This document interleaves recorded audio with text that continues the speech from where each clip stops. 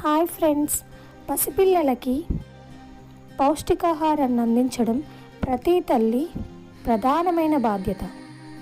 పెద్దలు తిన్నా తినకపోయినా పిల్లలకి కడుపు నిండా పెట్టాలని చెప్పిన పూజలందరికీ ఇదే నా ప్రతి నమస్కారం. పౌష్టికాహారం అంటే పెద్ద స్తోమత గురించి ఆలోచించాల్సిన అవసరం ఏం లేదు.